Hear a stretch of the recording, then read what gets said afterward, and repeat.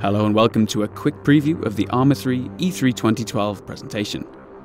Now we've got a lot to get through, so the plan is to offer a brief look at each section of playable content. At the heart of everything is Camp Maxwell.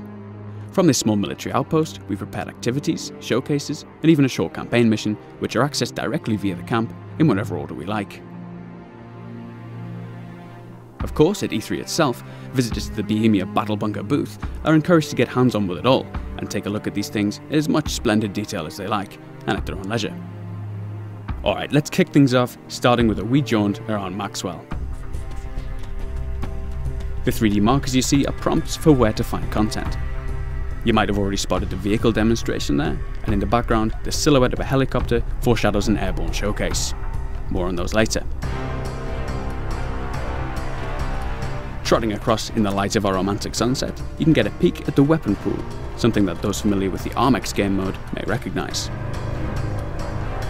Now looking down into the valley, we can spot our firing drill activity, which puts players through a time series of pop-up targets. A little further away is a shooting range, which gives a good impression of, among other things, our new aiming mechanics and more powerful rifles like the GM6 Lynx.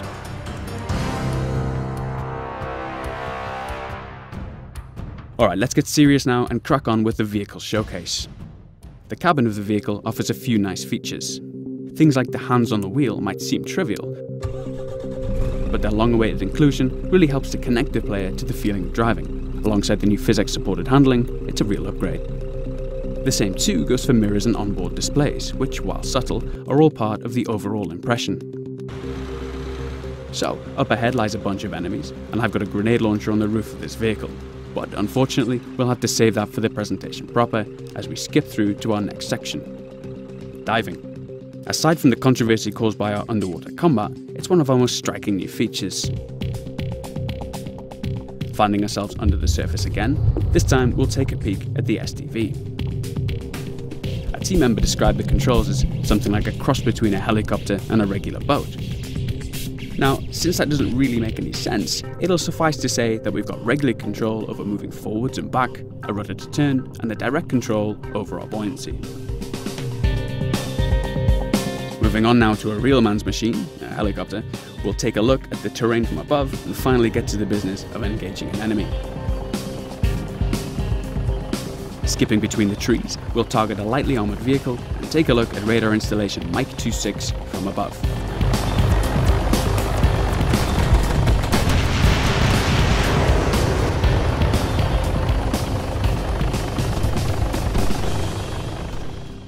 Moving on to supports now, we'll show an artillery strike in action.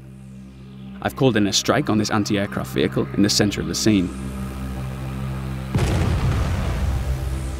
We're using some relatively lightweight shells here, but if we manage to get it finished, at E3 you might sneak a quick look at the new cluster bomb strike option, which I must admit is particularly satisfying. The night showcase helps us demonstrate some of the features we looked at in our recent lighting showcase trailer. One feature we didn't manage to show was the weapon mounted lights. Switching it on, you can see the beam cast on the ground, which nicely highlights the new detailed surfaces. Switching to third person, we'll take a brief look at night vision and demonstrate the ongoing work we're currently implementing with muzzle flashes.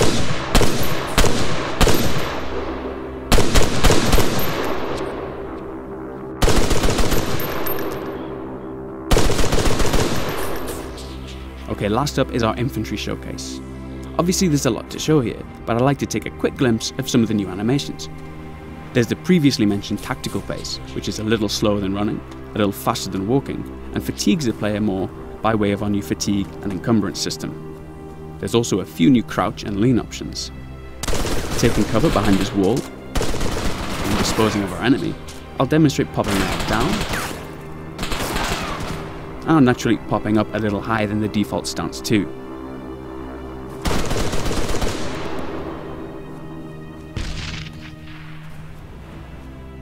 Well, that just about wraps up our E3 preview.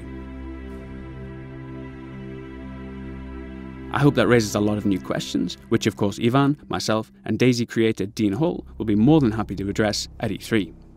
So if you want them answered, be sure to encourage your favourite gaming journalist to check out the Bohemia Interactive booth, where the team will also be showcasing carrier command and a few other surprises to boot, I'm sure. Bye for now.